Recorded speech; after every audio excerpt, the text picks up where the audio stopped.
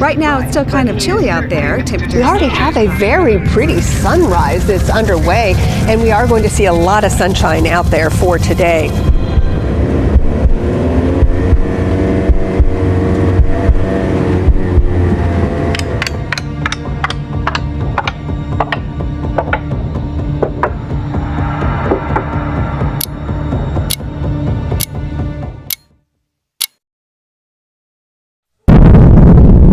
If we imagine a terrifying scenario where a nuclear weapon was to hit a major US city like New York, the consequences would be devastating.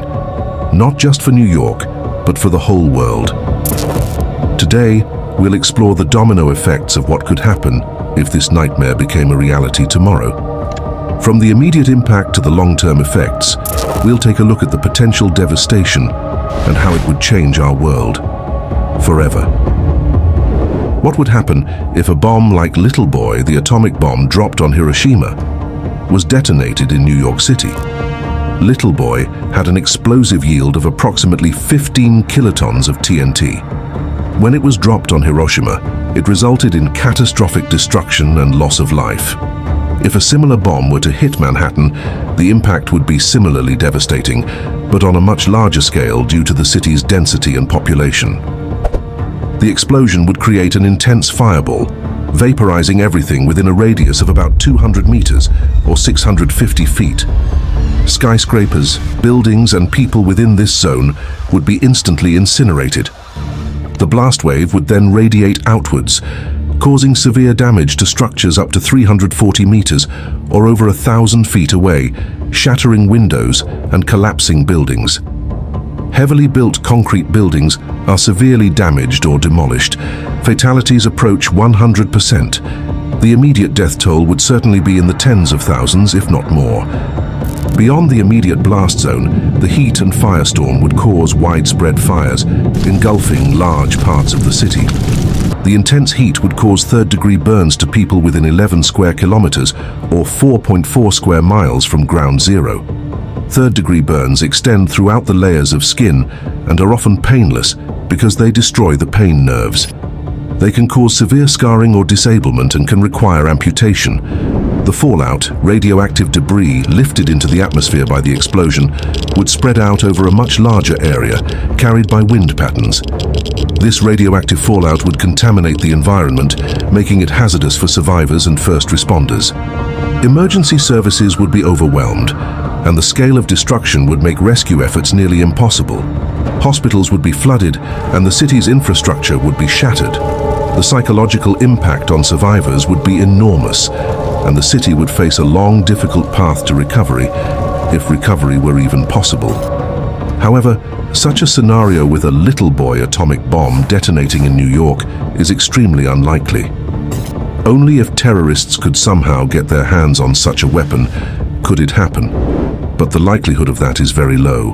If a nuclear weapon were to detonate over New York City, it would most likely come from a nuclear-armed state, plunging the world into a possible nuclear world war.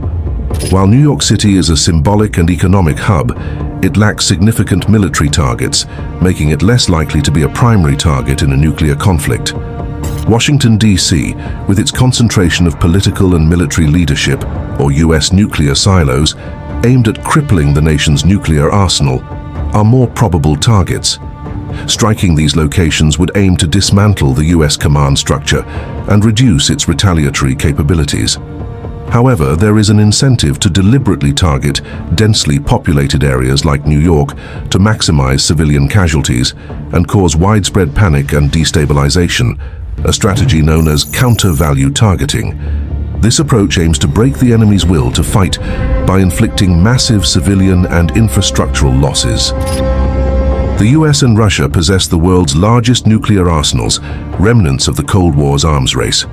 Today, they continue to maintain and develop these formidable stockpiles, with Russia holding approximately 5,997 nuclear warheads and the US close behind with 5,550.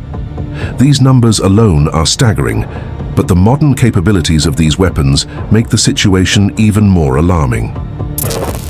Russia's arsenal includes the infamous Satan missile, known officially as the R-36. It has been a cornerstone of Russia's nuclear deterrent.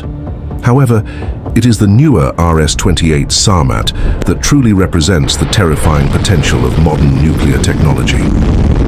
The RS-28 Sarmat, also known as the Satan II, is designed to carry multiple warheads and has the capacity to evade missile defenses, making it a potent tool of destruction. It can deliver up to 15 warheads anywhere in the world, ensuring that no target is beyond its reach. This means that a single missile can deliver 15 separate nuclear warheads to different targets. This capability is known as multiple independently targetable re-entry vehicles, making the Satan II missile a highly destructive and versatile weapon designed to overwhelm defenses and deliver catastrophic damage to multiple targets. Based on various reports and analyses by defense experts, the Satan II missile has a total payload capacity that can unleash a maximum energy anywhere from 15 to 50 megatons of TNT. Now, let's imagine the terrifying scenario on the lower end. A single Satan II missile is launched towards New York City, with each of its 15 warheads having a yield of 1 megaton of TNT. The Satan II missile can only be launched from land-based silos. If launched from the Uzhur missile base in southern Siberia, it would travel over 9,250 kilometers, or over 5,750 miles, to reach New York City. With a top speed of Mach 20, and taking into account the different phases of flight, it would reach New York in about 30 to 35 minutes. Even though it is extremely unlikely that a single missile would be used in a nuclear war scenario, for educational purposes, we will imagine that a Satan II missile is launched and has now reached New York City to understand the raw power of such weapons. In our earlier example, we imagined a little boy atomic bomb detonating over New York City with an energy of 15 kilotons of TNT. Now consider the Satan II missile, which has 1,000 times that power at 15 megatons of TNT. If we thought it would be difficult